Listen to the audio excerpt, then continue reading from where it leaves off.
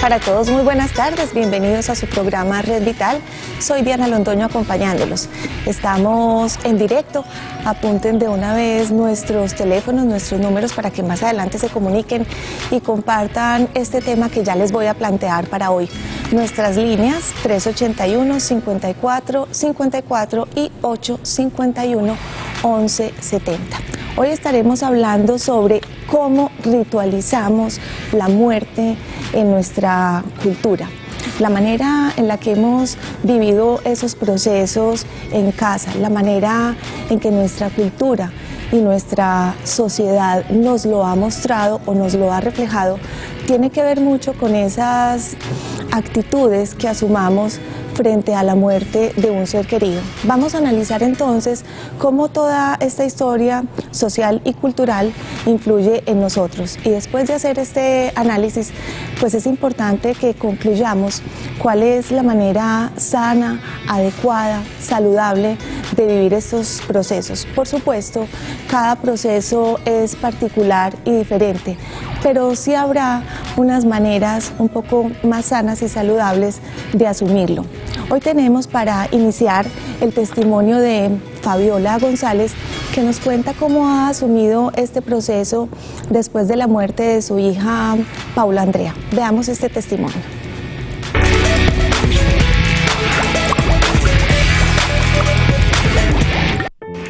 Te extraño cada día más y más. Estás tatuada en mis pensamientos y por siempre en mi corazón. Mami, lo que significó amarte nadie lo entenderá. Mi hija era ya una profesional, trabajaba en el Seguro Social, ya había hecho 3 carreras y estaba actualmente estudiando Derecho. El ritual del entierro fue algo muy bonito, le llevé músicos, la despedí cuando la metieron ya para la cremación, le hice una despedida hermosa, le mandé montar un disco que se llama Regresa a mí, con los amigos, que era un amigo de ella que toca violín y saxofón, y la música fue con una despedida muy hermosa.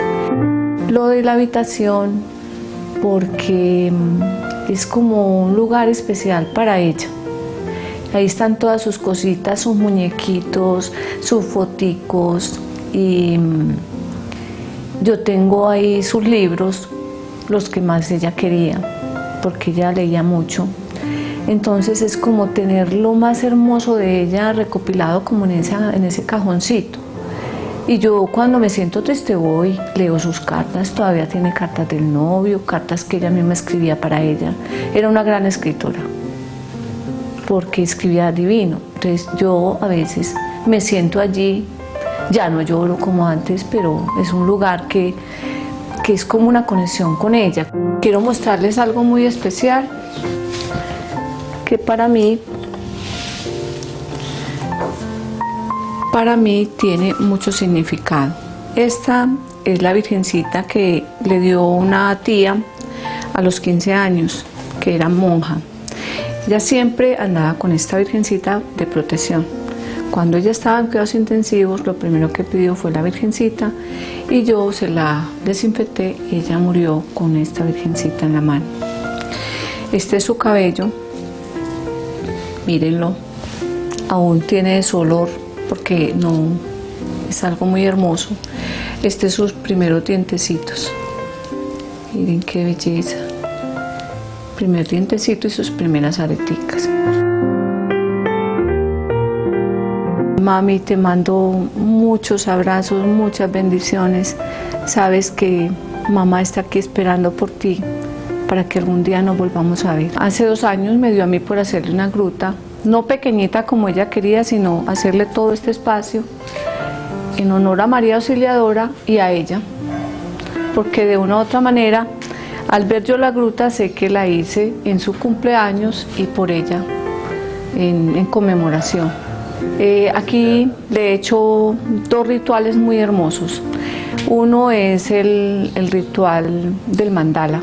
El otro fue invitar a varias personas que no me tildaran de hacer algo indebido y hicimos una torta aquí, en este lugar muy especial, una oración muy bonita, nos cogimos de la mano, cada uno le dijimos algo bonito a Paula, porque estaba en su cumpleaños y era el día de María Auxiliadora. Entonces hicimos algo muy lindo con la luz, cada uno dijo algo que ella significó en vida para ella, o un mensaje al cielo, y prendíamos una velita y hablábamos sobre Paula. Luego comimos algo que a ella le gustaba, que eran los famosos sándwiches.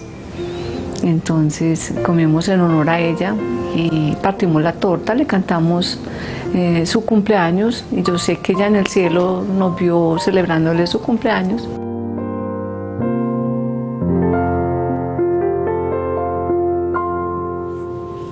Aquí estamos con Fabiola, nos acompaña también hoy después de habernos dado ese hermoso testimonio en su casa. Muchísimas gracias, Fabiola, por ese testimonio que para empezar el programa es conmovedor. Bienvenida a Red Vital.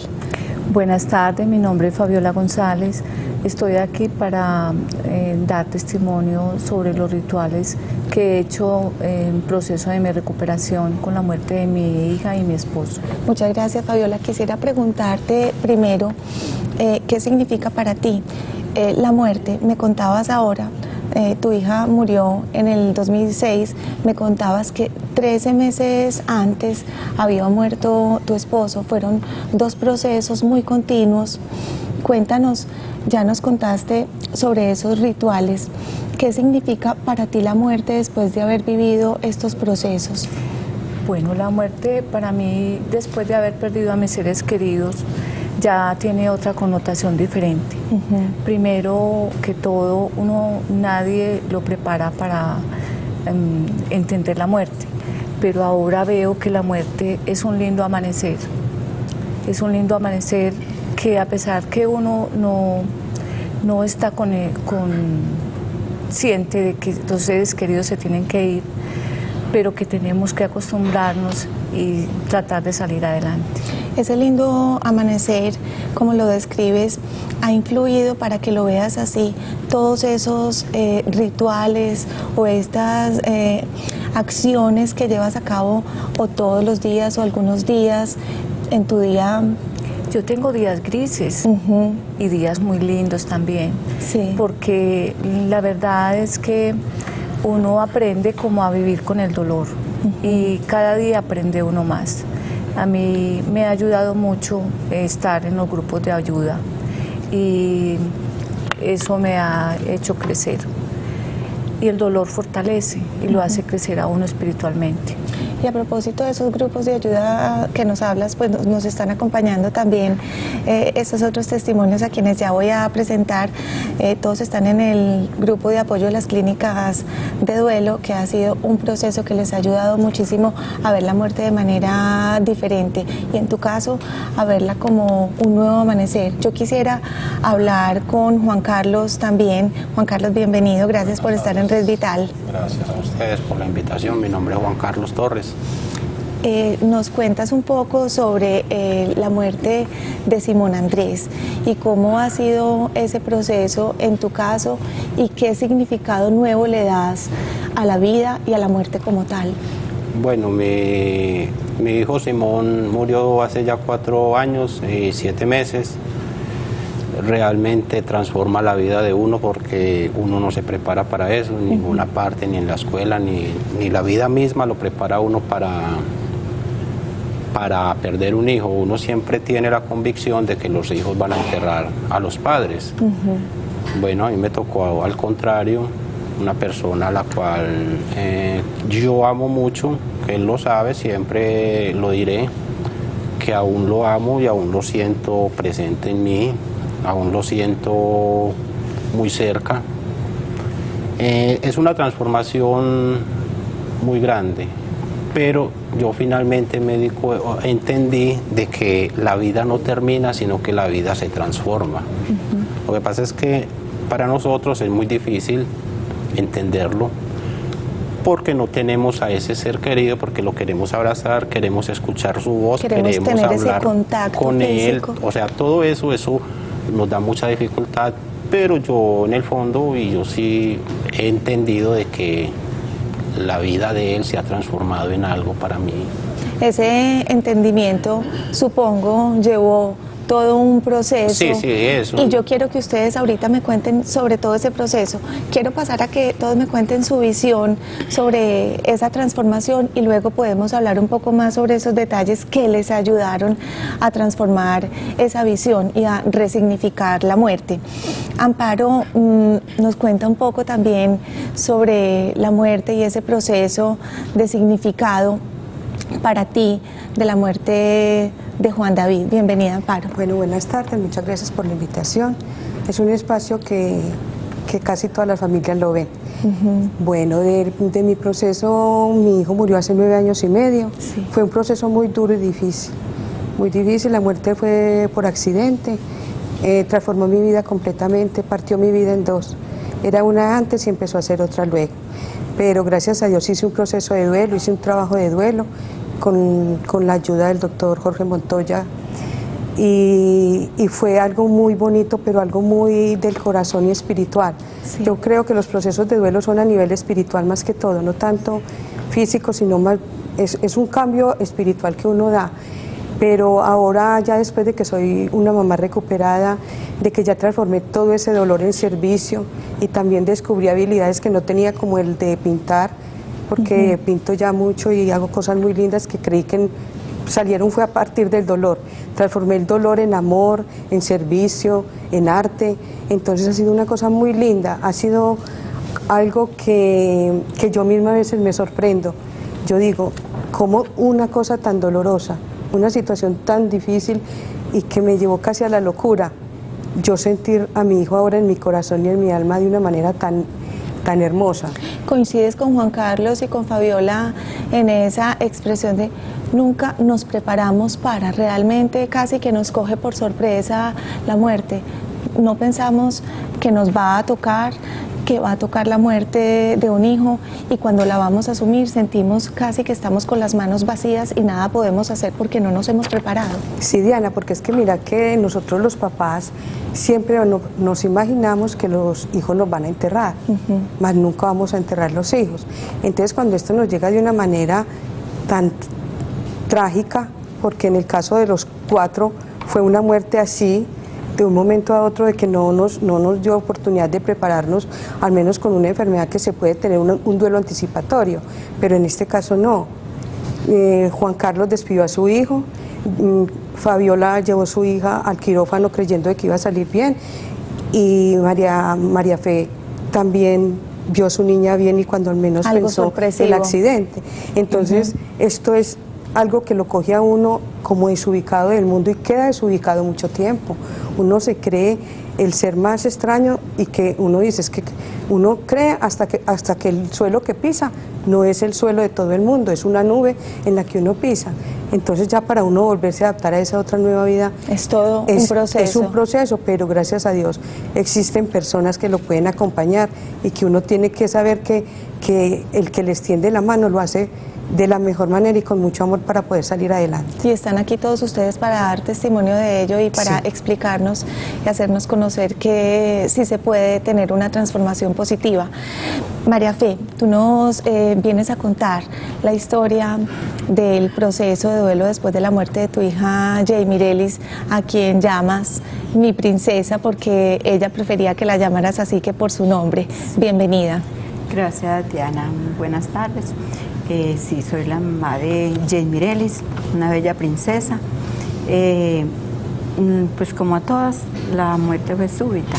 Entonces es muy horrible, por ejemplo, para mí, que salí de viaje cuando me anunciaron que mi hija se me había accidentado. Yo llegué a la clínica pues nunca jamás pensé que la iba a encontrar sin vida. Cuando llegué allá, porque me negaron todo el momento, yo preguntaba por mi princesa y me dijo mi hijo así de momento, es que Jay Mirelis está muerta. Entonces eso fue fatal, eso fue de locura. Le digo pues que sinceramente, primeramente sí, Dios, y luego las clínicas y los grupos de ayuda, porque si no hubiese sido por eso yo me hubiese enloquecido. porque fue algo tan sorpresivo y pues uno nunca espera que un hijo le vaya a faltar así, pero más cuando uno, la que menos piensa, la que menos cree, y la única niña de 4 hijos, la única mujer. Entonces yo me ayudé mucho fue en los grupos primero fue los grupos, yo creí enloquecerme, pero busqué herramientas, sí me puse como una loca buscando como de dónde agarrarme, de dónde aferrarme, me ayudé mucho lo más fue con sus fotos. Con sus fotos. Vamos a hablar un poco ahora, después de los comerciales, sobre todos esos rituales o esos recuerdos que les ayudan a ustedes a mantener viva la fe, la esperanza, ese recuerdo de una manera positiva. Han mencionado 3 elementos especiales que quiero que más adelante los resaltemos, los analicemos, y tienen que ver con esa parte espiritual, la fe, los grupos de apoyo y también esos rituales importantes que les han servido en este proceso. Muchas gracias por sus testimonios, seguiremos analizando y les agradezco en el alma que estén compartiendo esto con nosotros, porque de verdad somos una cultura que tal vez no está preparada para la muerte, y precisamente esa es la pregunta de nuestro televoto. ¿Considera usted que los rituales que se realizan cuando muere un ser querido ayudan en el proceso de duelo de la familia? Si la respuesta es sí, marquen por favor el 444-3710. Si consideran que no, marquen el 444-3711.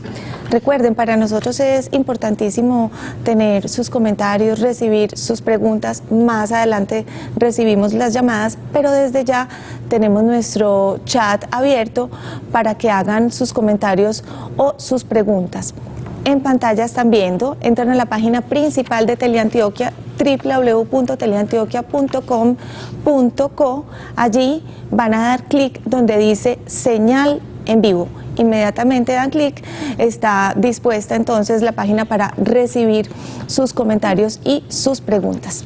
Esperamos entonces que participen muchísimo. Vamos a pasar a unos mensajes comerciales y seguimos hablando en Red Vital sobre esos ritos que hacemos frente al proceso de duelo, frente a la muerte. Ya volvemos.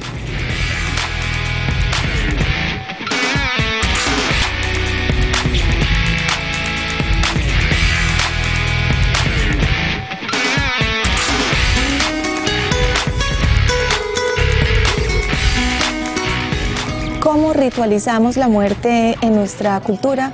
Es nuestro tema de hoy en Red Vital, y en este momento entramos en la consulta.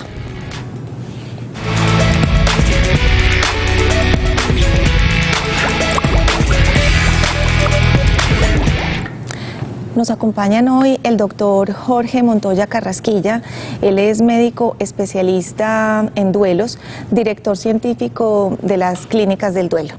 Bienvenido, Jorge, muchas gracias por acompañarnos. Muchas gracias, Diana, por la invitación. También nos acompaña Cristina Agudelo Hernández. Ella es antropóloga de la Universidad de Antioquia. Cristina, muy buenas tardes. Muy buenas tardes y muchas gracias, Diana. Gracias por acompañarnos también. Jorge, empecemos yo conociendo el testimonio que nos acaban de narrar nuestros invitados. Quedo conmovida y definitivamente me doy cuenta que la mayoría de las personas en nuestra cultura no estamos preparados. Cuando solamente llega ese imaginario de la muerte de un ser querido, en nuestro caso y en nuestra cultura, la muerte de un hijo pareciera ser que golpea un poco más, o para la que menos estamos preparados. ¿Cómo ves el panorama y la situación en nuestra cultura y en nuestra sociedad? Bien, yo pienso que en todas las culturas es muy parecido, sí, y es un tanto paradójico, porque yo a lo largo de los años he aprendido 4 cosas que son obligatorias, que siempre las repito y además de uno me ha escuchado decirlas alguna vez. Sí. Primero, morirse, que todo el mundo lo dice, es que lo único obligatorio es morirse. Bueno, pues hay más cosas. Segundo, pagar impuestos, queramos o no hay que hacerlo. Sí. Tercero, envejecer. A pesar del auge de la cirugía plástica, vamos a envejecer. Sí. Y por último, perder seres queridos. Si la vida nos deja crecer, se nos van a ir uno u otro, mayores o menores que nosotros. Entonces, fíjate, de 4 cosas obligatorias, 2 tienen que ver con la muerte. Y no es un tema que tomemos en cuenta, no es un tema de sobremesa. Entonces es como la asignatura pendiente que tenemos todas las sociedades, aunque es difícil implementarla. Yo pienso que lo que se precisa es un cambio cultural, porque introducir el tema de la muerte en la sobremesa pasarán muchos años para que eso suceda. ¿Crees que si de todas maneras se presentara este tema desde antes, desde una temprana edad con mayor naturalidad, sí estaríamos preparados? ¿No será que de todas maneras ese vínculo, ese afecto, sí, ese tiempo compartido, independientemente de esa visión que tengamos de la muerte, nos generará, cuando un ser querido parte, también dolor y dificultad para asumir esa ausencia? Mira, lo que realmente nos produce dolor, sí, lo verdaderamente trágico de la muerte, tiene que ver más con el apego que con el amor. Entonces, más que implementar el tema de la muerte, tendríamos que implementar como una especie de cátedra donde nos enseñasen la diferencia que hay entre apego y amor, porque el que nos produce el problema es el apego, no el amor. Entonces, si nosotros aprendemos que es parte del ejercicio que hacen las personas que pierden un ser querido, es amarlo suficientemente a ese ser querido que murió como para no necesitar la presencia física del otro. Si nosotros aprendiésemos más del amor, mucho más del amor, el problema de la muerte pasaría a otra dimensión. A otro plano. Cristina, desde tu visión antropológica, ¿cómo definirías la muerte y cómo piensas que en nuestra cultura está definida? Bueno, en la experiencia que nosotros tenemos como antropólogos, la muerte, digamos, la tomamos más como una experiencia colectiva, ¿cierto? El acompañamiento ya pues individual lo hacen los psicólogos, nosotros nos encargamos de ver culturalmente cómo tramitamos el asunto de la muerte a partir de los rituales, ¿cierto? Nosotros podemos definir la muerte como un asunto de, pues si es físico, solo biológico, entonces diría uno que es cuando, digamos, la vida abandona el cuerpo. No obstante, hay otras cosas ahí, ¿cierto? Hay otras cosas ahí que tienen que ver con los rituales, como decíamos ahora, de cómo nosotros estamos asumiendo eso. Y bueno, y en el caso de nosotros, en la investigación que hicimos en la Universidad de Antioquia con Elsa Habler y Natalia Quiseno, fue un asunto de que la muerte definía una manera en la ciudad, de definir la ciudad. Estamos hablando de 80s, 90s. La época en la que la violencia se tomó nuestra ciudad y hubo un movimiento específico que marcó nuestras vidas. Entonces, a diferencia, por ejemplo, de lo que están contando las personas que están acá en el set,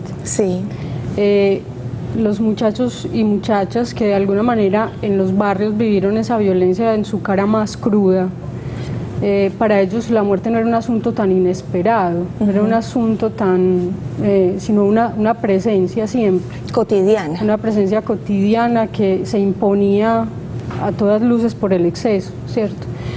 Y el exceso, como cuando uno repite una palabra muchas veces, terminaba borrando el sentido que la muerte tenía en la vida de la gente, ¿cierto? Entonces los muchachos tenían una expectativa de vida de máximo 26 años, ¿cierto? Y los rituales de dejar a una persona en un cementerio en la ciudad de Medellín, en esa época como el cementerio San Pedro, se convertían casi que en grandes carnavales donde no se dejaba a una persona en una nueva morada, pues a un muerto no se le dejaba ir, sino era como si cambiara de barrio, era como si cambiara seguía vivo de alguna manera. Sí. Y la muerte en ese caso y el ritual no generaba paz, no generaba, digamos, no había un proceso de duelo en la ciudad que generara, digamos, que yo dejara ir a la persona con tranquilidad, sino al contrario, generaba más odio, generaba más violencia en la ciudad en ese caso.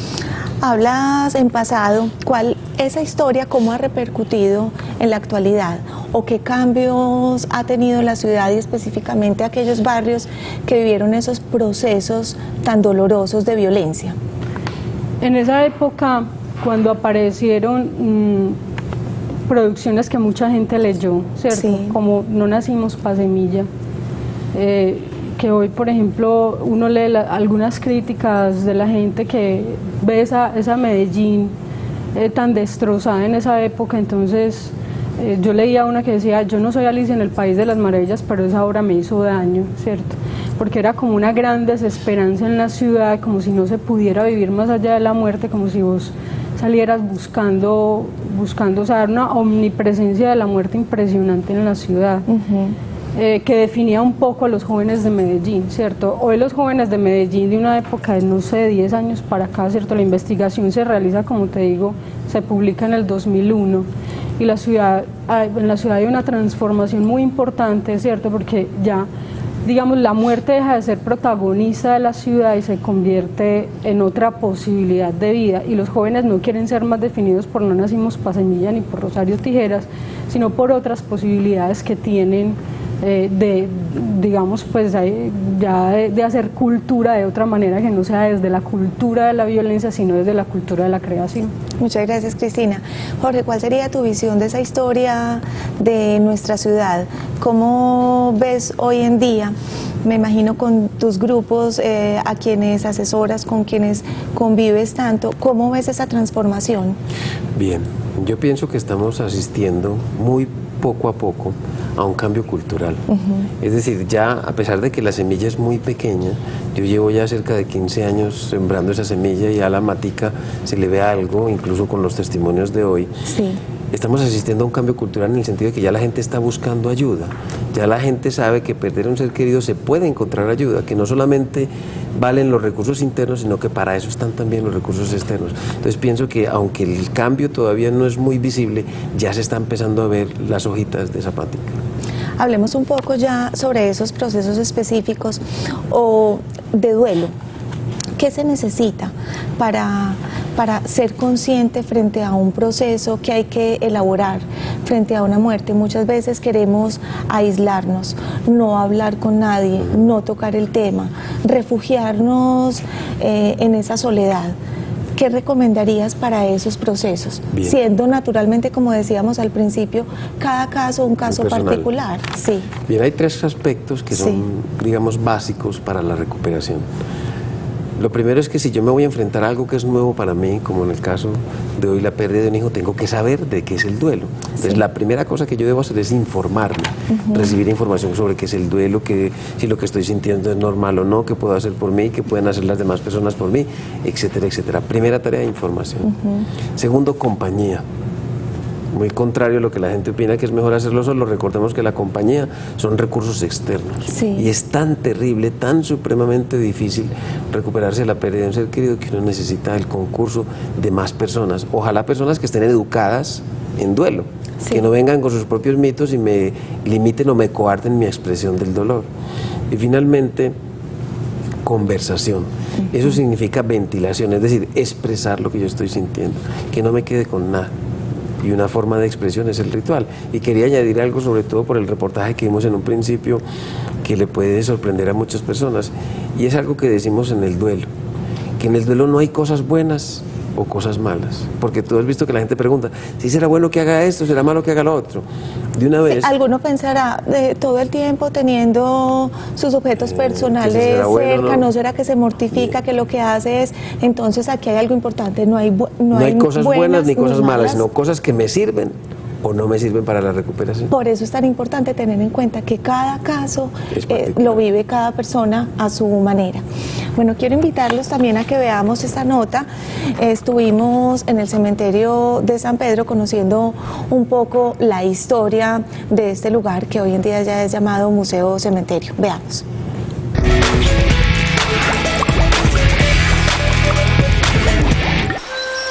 Los rituales alrededor de la muerte en el siglo XIX en el cementerio de San Pedro estuvieron marcados en su mayoría por una visión acerca de la muerte de la élite antioqueña de este siglo.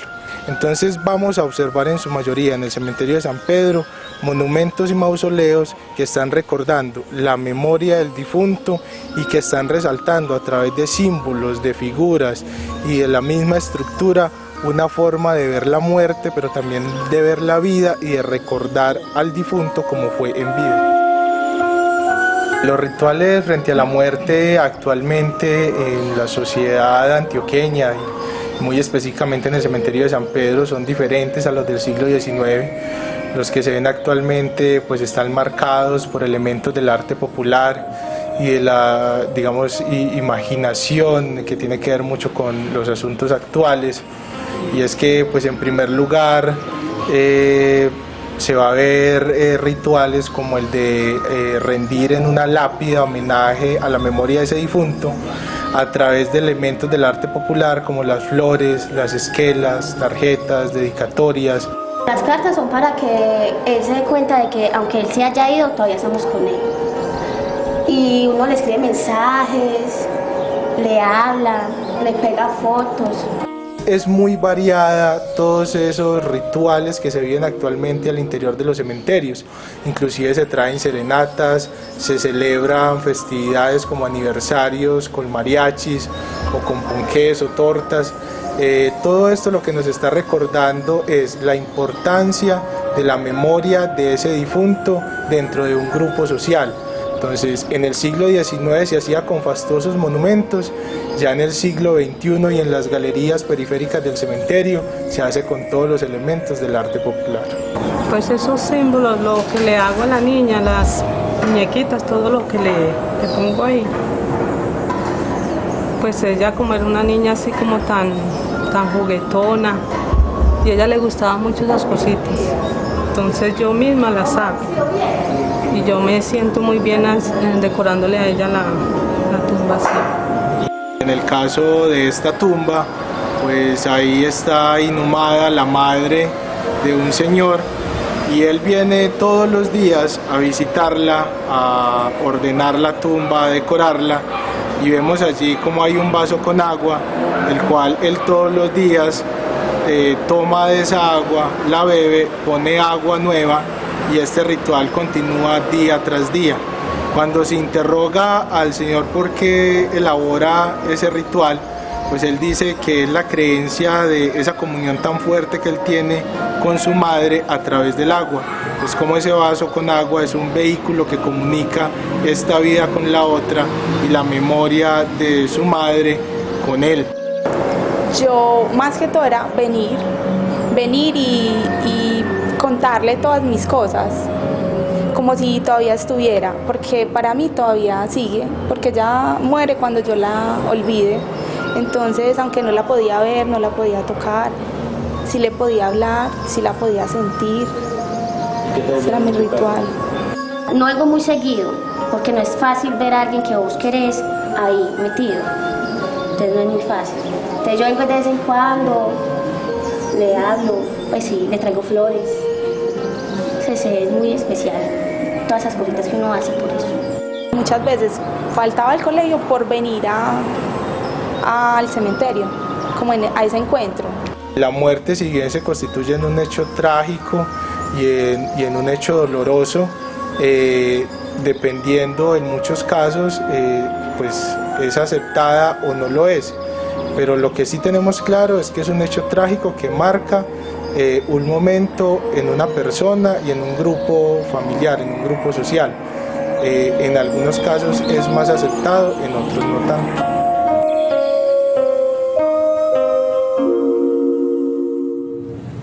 A Juan Diego Torres, historiador, le agradecemos muchísimo su colaboración para esta nota y también a las otras personas que participaron con su testimonio. Pues nos cuentan sobre varios rituales que les sirven en ese proceso. Vuelvo con ustedes para que me cuenten un poco. María Fe, nos decía el doctor, pues a todas las personas les sirve algo diferente. ¿Qué es eso que te conecta a ti con la vida de tu princesa, que te hace sentir más tranquila, con los días renovados? Bueno, a mí es las fotos. Yo tener fotos en la casa, tengo en la cocina, tengo en la sala, tengo en el cuarto, tengo en mi sitio de trabajo, las cargo también en mi billetera, es mucha conexión. Y sus pertenencias. Para mí ha sido muy difícil desprenderme de sus pertenencias. Yo tengo en mi casa una vitrina y ahí tengo sus muñecas, su ropa, tengo todas esas cositas que ella como que guardaba con ese cariño en cofrecitos De los 15 también tengo los dientecitos, los guantecitos, la ropita de su bautismo. Y también me ayudaba muchísimo, era colocarme su ropa. Cerca a ti. Sí, es más, estas botas eran de ella. Y también tengo su anillo de compromiso, no me lo he quitado desde ese momento que me entregaron la bolsita con sus, que yo brinqué, yo salté, yo no podía creerlo. Y lo primero fue colocarme su anillito y su botón, su fotico, siempre la cargo. Su música, la música de ella también me ha ayudado muchísimo. Y los rituales, pues la luz, por ejemplo, hoy, el día de ayer y hoy he prendido siempre una velita, tengo un veroncito y ella es como queriendo, como que es la luz en mi corazón, la luz en mi vida, la luz en mi hogar, en mi familia. Ella es como la luz de mi vida. Esa compañía que ilumina, sí. Muchas gracias, María Fe. Amparo, quisiera ir a ti también para que nos cuentes un poco sobre cómo vives ese proceso y cómo acompañas también a otras personas, porque nos decías ahora, ya ese proceso ha tomado un nuevo significado para mí y es de ayuda, y entrega a otros que viven un duelo. Sí, Diana, ya mi duelo tuvo trascendencia. Ya mi duelo le encontré el para qué de la muerte de Juan. A ver qué cosas he hecho yo. Le he hecho conmemoraciones en sus cumpleaños, en mi familia también le hago conmemoraciones. En Navidad, que el cumpleaños en diciembre, vamos y le prendemos las velitas. Vamos a los 2 días de su cumpleaños, entonces estamos allá, le conversamos en la tumba. Siempre vamos luego a festejar. ¿Qué festejamos? El día de su nacimiento, el día de que él nació. Y también ha sido como una manera de mostrar de que Juan fue alguien muy especial y sigue siendo muy especial, y lo ha conocido mucha gente que jamás creyó él que lo iban a conocer. Y en mi alcoba yo le tengo este rincón a él. Este rincón yo se lo hice por insinuaciones. La cámara lo enfoque. Sí, por insinuación del doctor en los grupos. Sí. Él decía, es que sus hijos son sus ídolos. Y yo dije, sí, es mi ídolo, y mi esposo decía, es que es nuestro héroe. Entonces él tiene este rincón en mi alcoba, donde yo, a la hora que yo quiera y a la hora lo puedo ver. Sí. Ahí hay cosas muy significativas de Juan. Están sus primeros dientes, sus primeros zapaticos, su álbum de recuerdos que hice, lo que yo he escrito, que he escrito mucho a partir de la muerte de él. Y mi red de servicio. Sí. Mi red de servicio está en los grupos de apoyo, de asistir y acompañar a las personas que inician los procesos y que están en los procesos, de decirles hay esperanza, yo lo pude hacer y estoy en el otro lado, ustedes lo pueden lograr. Y también por el internet. Yo por el internet tengo muchos contactos de muchas partes del mundo, donde les puedo dar una voz de aliento todo el día.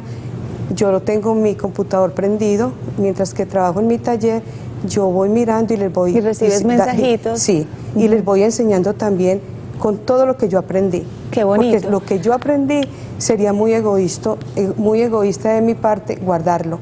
Entonces, yo me he dado cuenta que gente de muchos países no tienen un grupo de apoyo.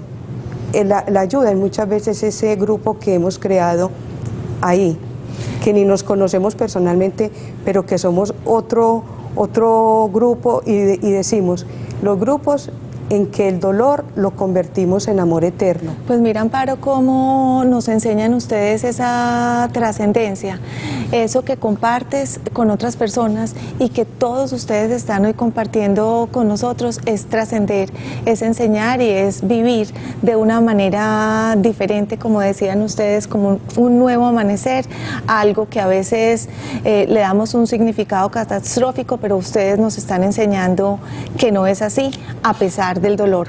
Vamos a ver después de los comerciales cuál es ese proceso de dolor. Ya el doctor nos contó esos elementos esenciales para vivir el duelo, pero también hay señales que pueden mostrarnos que no estamos haciendo el duelo, que estamos reprimiendo y que de pronto hace falta tomar o un grupo o tener de pronto el consejo o la asesoría de un experto. Infinidad de cosas que pueden ser importantes para que una persona que no ha vivido ese proceso de manera adecuada lo tenga en cuenta. Recuerden nuestros números telefónicos, que más adelante estaremos, después de los comerciales, recibiendo sus llamadas: 381-5454 y 851-1170. Ya volvemos.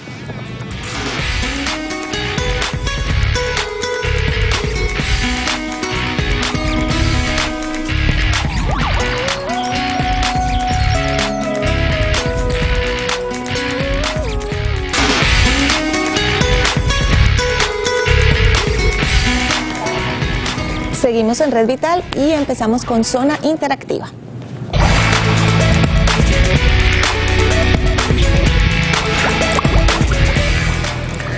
Nos habla Flori en el chat y su pregunta es la siguiente. Ya más o menos habíamos dicho, Cristina, que cada persona vive su proceso de una manera muy particular.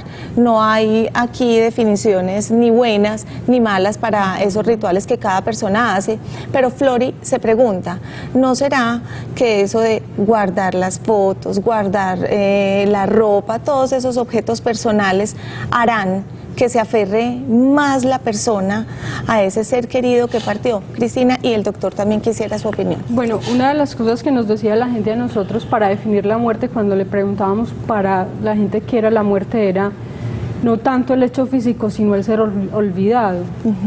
Entonces, cuando las personas guardan los objetos, de alguna manera no solo guardan una semblanza de la persona que vivió ahí, sino su memoria, una historia que contar, tal cual uno se sienta en la sala de la casa a mostrar las fotografías, pero a contar la historia que hay detrás de esa fotografía. Entonces, un poco guardar esos objetos, ¿cierto? Es guardar la memoria del otro y no dejarlo morir. Pues hacer un homenaje, como nos contaban también en la nota del cementerio de San Pedro.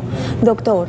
Bien, en el duelo los objetos cumplen dos funciones importantes. Sí. Inicialmente son objetos transicionales, que me sirven para calmar esa ansiedad de separación, esa angustia que tengo entre que no acepto y acepto que se murió.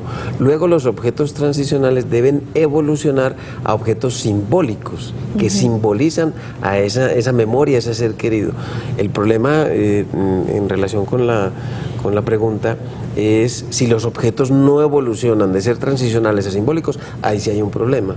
Pero en la mayoría de los casos... Sí, eso es lo que pensaba Flori, que de pronto se hace daño la persona, si no pero entonces es si no hay una evolución, si no se pasa de esa parte simbólica, transicional a simbólica. Y yo quisiera que Juan Carlos nos pudiera decir su opinión al respecto. ¿Cómo lo vive personalmente frente a esa relación que tiene con Simón? A ver, lo que pasa es que yo no soy de mucho ritual. Sí. Aquí tenemos otro punto de vista diferente, sí, eso es lo importante. O sea, por ejemplo, yo no soy de mucho ritual, pero a mí me ayudó mucho el darme cuenta cuando yo busqué ayuda donde el doctor, el darme cuenta de todos estos mitos que habían alrededor de la muerte. Porque yo pensaba que yo era el único que tenía ese dolor, que ese dolor tan profundo que con el cual yo fui a buscar esa ayuda, yo pensaba que yo era el único, pero cuando yo empecé a escuchar testimonios de las demás personas, entonces eso a mí me ayudó. Después me ayudó el darme cuenta de que habían muchos mitos con respecto a la muerte, de que si llora no lo deja descansar, de que las fotos, o sea, todas estas cuestiones, me di cuenta de eso cuando el doctor dijo de que si a mí me hace bien, yo lo tomo. Entonces, ¿yo qué hice? Yo escuché testimonios y todas las demás personas, yo escogí lo que a mí me hacía bien. Si a mí me hacía bien llorar, yo no tenía inconveniente en sentarme 2 horas en la empresa donde yo trabajo a llorar. afortunadamente nunca me haya muy comprensivos conmigo en ese sentido. Y yo me sentaba y yo lloraba, pero yo me desahogaba. O sea, al principio era como esa tensión, como eso, pero cuando yo lloraba ya era más livianito. Te sentías más tranquilo, Juan Carlos. Aquí llegamos entonces a esa conclusión nuevamente. Cada persona vive ese proceso de acuerdo a lo que a él le sirve. Voy a recibir 2 llamaditas que tenemos en la línea que seguramente quieren compartir o preguntar. Luz Estela nos llama desde Belén. Luz Estela, muy buenas tardes. Buenas tardes, señorita. ¿Cómo le va? Bien, ¿y usted? Muy bien, muchas gracias. Bienvenida, adelante. Muchas gracias.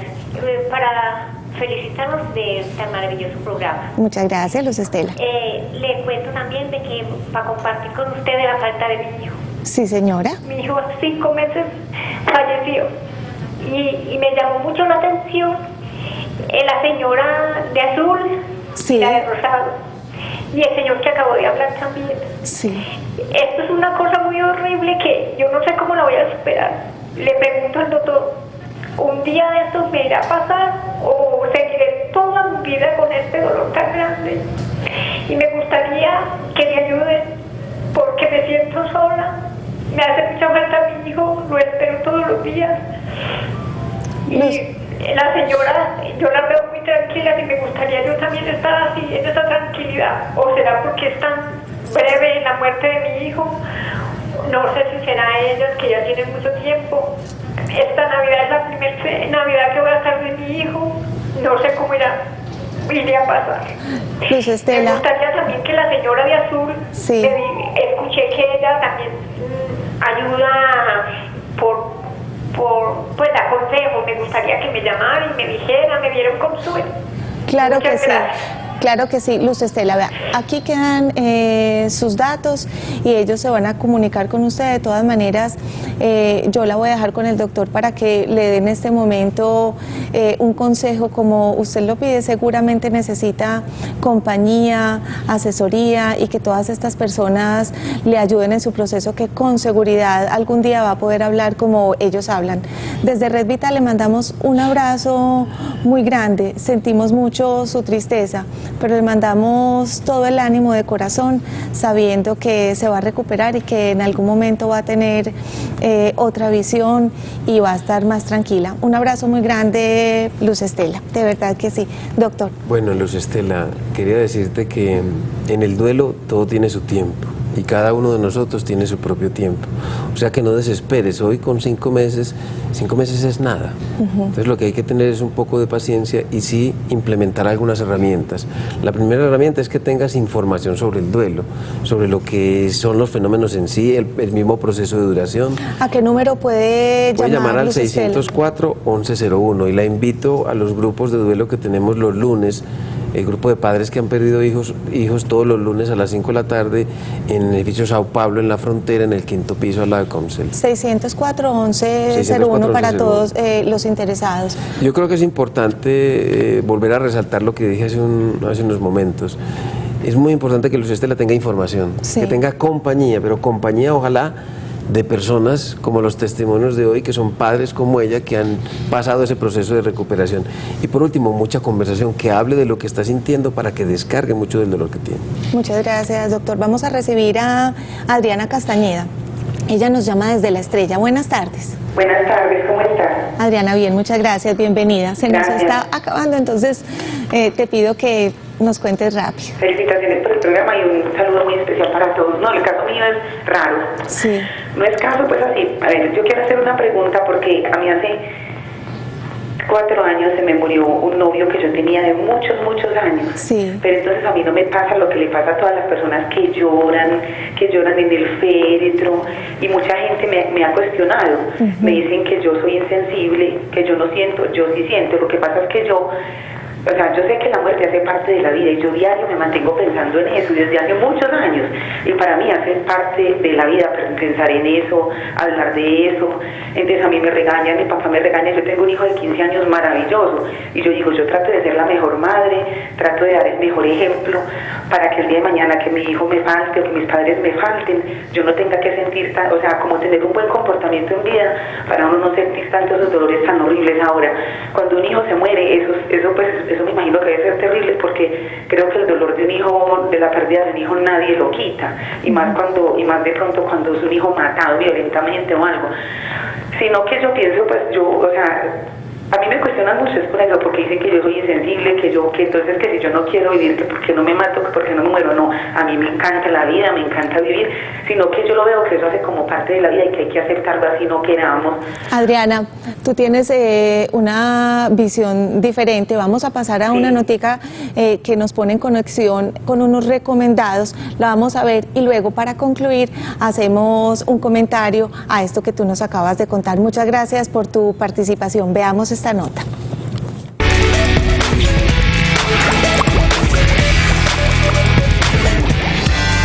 Hoy te recomendamos visitar una exhibición virtual en la red de bibliotecas llamada La Muerte en Medellín, 1890-1990. Relata los diferentes rituales, ceremonias y lugares que hacen referencia al inevitable momento de la muerte, donde el tema de los usos y costumbres relacionados con el paso de los seres humanos a esa condición permite conocer un aspecto fundamental del devenir de la ciudad. También te recomendamos leer la tesis Los rituales funerarios, procesos de duelo, cambio e identidad en el duelo, de los autores Ana Cecilia Gil Londoño y Luis Alfonso Ramírez. Aquí encontrarás información sobre los rituales funerarios como procesos culturales que a través de la historia han ayudado al hombre a darle sentido a la propia muerte. La tesis la puedes encontrar en la biblioteca de la Universidad de Antioquia.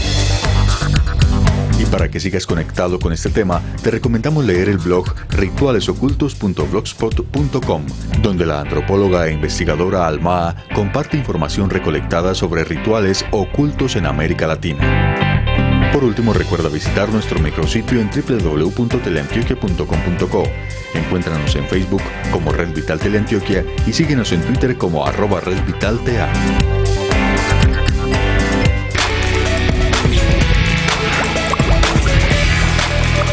Les doy el resultado del televoto. El 65% de las personas que participaron consideran que esos rituales sí ayudan en esos procesos de duelo. 35% considera que no.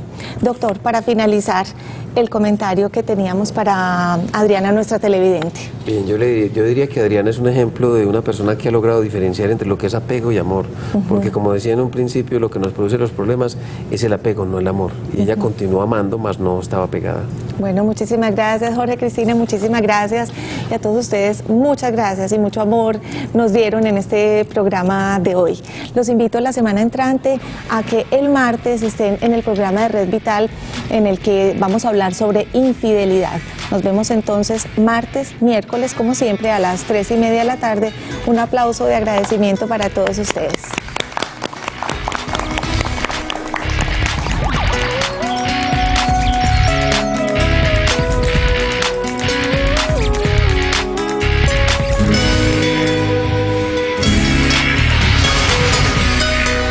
Las personas que no me tildaran de hacer algo indebido, y hicimos una torta aquí, en este lugar muy especial, una oración muy bonita, nos cogimos de la mano, cada uno le dijimos algo bonito a Paula, porque estaba en su cumpleaños y era el día de María Auxiliadora. Entonces hicimos algo muy lindo con la luz, cada uno dijo algo que ella significó en vida para ella, o un mensaje al cielo, y prendíamos una velita y hablábamos sobre Paula. Luego comimos algo que a ella le gustaba, que eran los famosos sándwiches. Entonces comimos en honor a ella y partimos la torta, le cantamos su cumpleaños, y yo sé que ella en el cielo nos vio celebrándole su cumpleaños.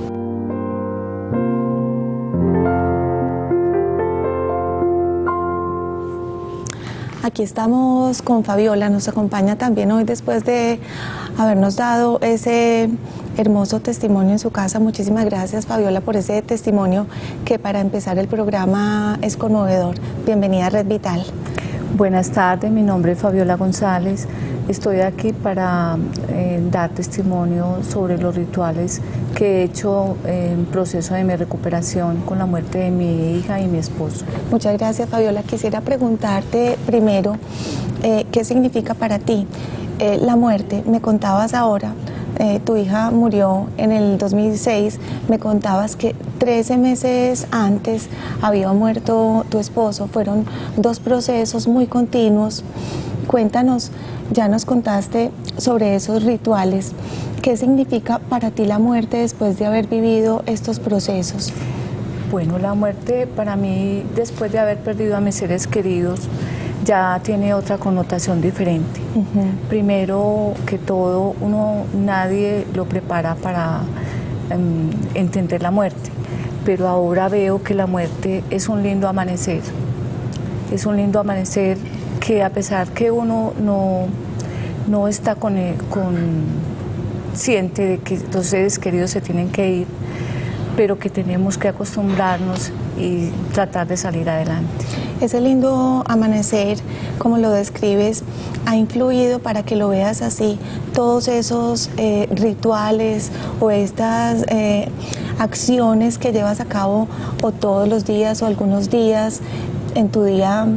Yo tengo días grises y días muy lindos también, porque la verdad es que uno aprende como a vivir con el dolor y cada día aprende uno más. A mí me ha ayudado mucho estar en los grupos de ayuda y eso me ha hecho crecer. Y el dolor fortalece y lo hace crecer a uno espiritualmente. Y a propósito de esos grupos de ayuda que nos hablas, pues nos están acompañando también estos otros testimonios a quienes ya voy a presentar. Todos están en el grupo de apoyo de las clínicas de duelo, que ha sido un proceso que les ha ayudado muchísimo a ver la muerte de manera diferente y, en tu caso, a verla como un nuevo amanecer. Yo quisiera hablar con Juan Carlos también. Cartas que ella misma escribía para ella.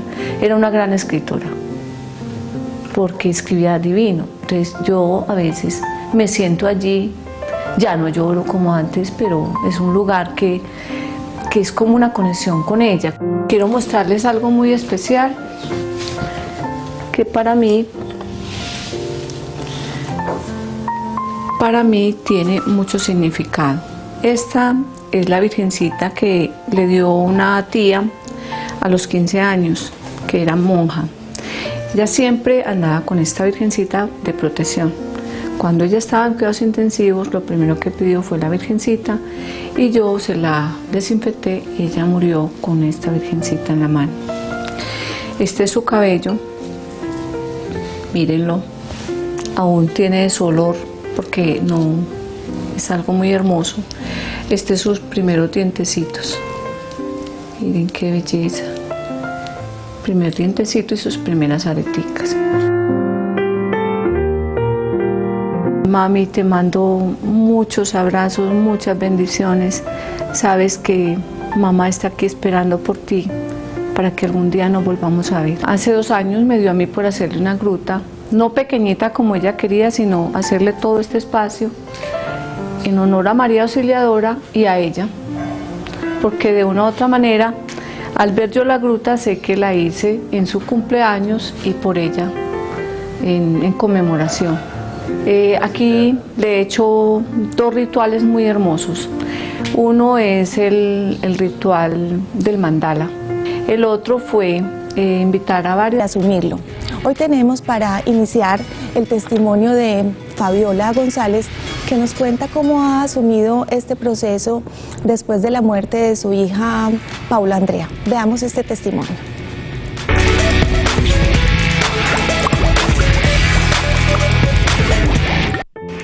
Te extraño cada día más y más. Estás tatuada en mis pensamientos y por siempre en mi corazón. Mami, lo que significó amarte nadie lo entenderá. Mi hija era ya una profesional, trabajaba en el Seguro Social, ya había hecho 3 carreras y estaba actualmente estudiando Derecho. El ritual del entierro fue algo muy bonito, le llevé músicos, la despedí cuando la metieron ya para la cremación, le hice una despedida hermosa, le mandé montar un disco que se llama Regresa a mí, con los amigos, que era un amigo de ella que toca violín y saxofón. y la música fue con una despedida muy hermosa. Lo de la habitación, porque es como un lugar especial para ella. Ahí están todas sus cositas, sus muñequitos, sus foticos, y yo tengo ahí sus libros, los que más ella quería, porque ella leía mucho. Entonces es como tener lo más hermoso de ella recopilado como en ese cajoncito. Y yo cuando me siento triste voy, leo sus cartas, todavía tiene cartas del novio.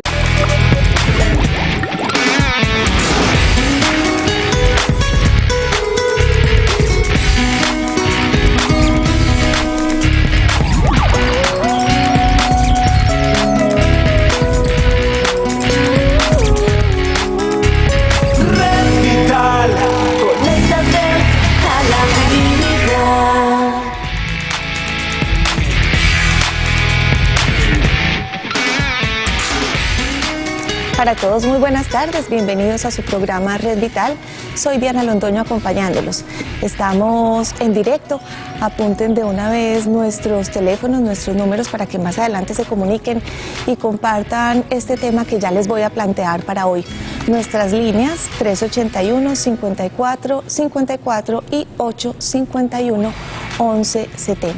Hoy estaremos hablando sobre cómo ritualizamos la muerte en nuestra cultura, la manera en la que hemos vivido esos procesos en casa, la manera en que nuestra cultura y nuestra sociedad nos lo ha mostrado o nos lo ha reflejado, tiene que ver mucho con esas actitudes que asumamos frente a la muerte de un ser querido. Vamos a analizar entonces cómo toda esta historia social y cultural influye en nosotros. Y después de hacer este análisis, pues es importante que concluyamos cuál es la manera sana, adecuada, saludable de vivir estos procesos. Por supuesto, cada proceso es particular y diferente, pero sí habrá unas maneras un poco más sanas y saludables de